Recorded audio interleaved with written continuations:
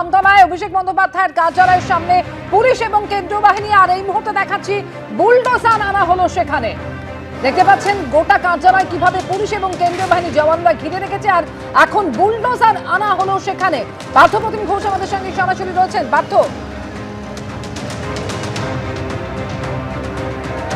আমি দেখতে পাচ্ছি যে বেশ কয়েকটা বুলডোজার কিন্তু অভিষেক বন্দ্যোপাধ্যায় যে কার্যালয় রয়েছে, অর্থাৎ ডায়মন্ড হারবারের সাংসদ কার্যালয় যেটা রয়েছে আমতলায়, সেখানে কিন্তু পরপর 3টি বুলডোজার ঢুকছে আমরা দেখতে পাচ্ছি। অর্থাৎ এখানে কিন্তু বেশ কয়েকটা বুলডোজার আনা হলো, এবং যে বিষয়ে এলাকার যিনি বিধায়ক রয়েছে সাতকাজিয়ার মধ্যে পরে এটি বিধায়ক জানালেন যে বিষয়টা, সেটা হচ্ছে যে প্রশাসনের তরফ থেকে অর্ডার হয়েছে এই বিল্ডিংটি বেআইনিভাবে বানানো হয়েছে এবং সেই বিল্ডিংটি ভেঙে দেওয়ার অর্ডার হয়েছে, এবং বিল্ডিংটা সম্পূর্ণ ভেঙে দেওয়া হবে সেই অর্ডার হয়েছে।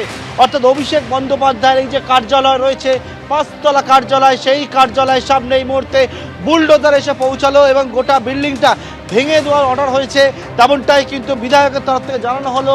এবং সেখানে যেমন পুলিশ, কেন্দ্রীয় বাহিনী, র্যাপিড ফোর্স রয়েছে, অভিষেক বন্দ্যোপাধ্যায়ের একেবারে কার্যালয়ের সামনে 3টি বুলডোজার এই মুহূর্তে এসে পৌঁছালো।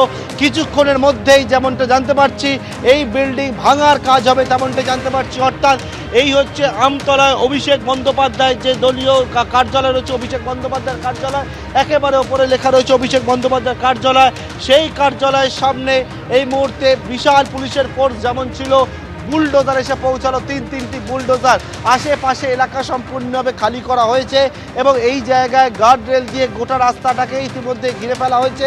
আজকে সকাল থেকেই পুলিশের একটা অ্যাকশন মোড দেখতে পাওয়া যাচ্ছিল, এবং যেমনটা অভিযোগ সেটা হচ্ছে এই বিল্ডিংকে যে কনস্ট্রাকশন, সেই কনস্ট্রাকশন নিয়ে অভিযোগ যে বেআইনিভাবে এই বিল্ডিং নির্মাণ হয়েছে, কোনো রকমভাবে বৈধ নথি নেই, প্ল্যান নেই, কারোর কাছ থেকে কোনো পারমিশন ছাড়াই এই বিল্ডিংটি তৈরি হয়েছিল, এবং তার পরবর্তীকালে সিদ্ধান্ত হয়েছে বলে যে বিষয়টা স্থানীয় বিধায়ক জানাচ্ছেন যে জেলা প্রশাসনের সিদ্ধান্ত হয়েছে যে এই বিল্ডিংটা সম্পূর্ণভাবে ভেঙে দেওয়ার।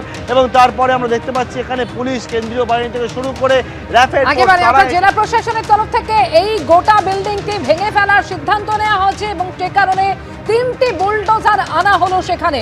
অভিষেক বন্দ্যোপাধ্যায়ের কার্যালয় এবং এই কার্যালয় বেআইনিভাবে নির্মাণের অভিযোগ।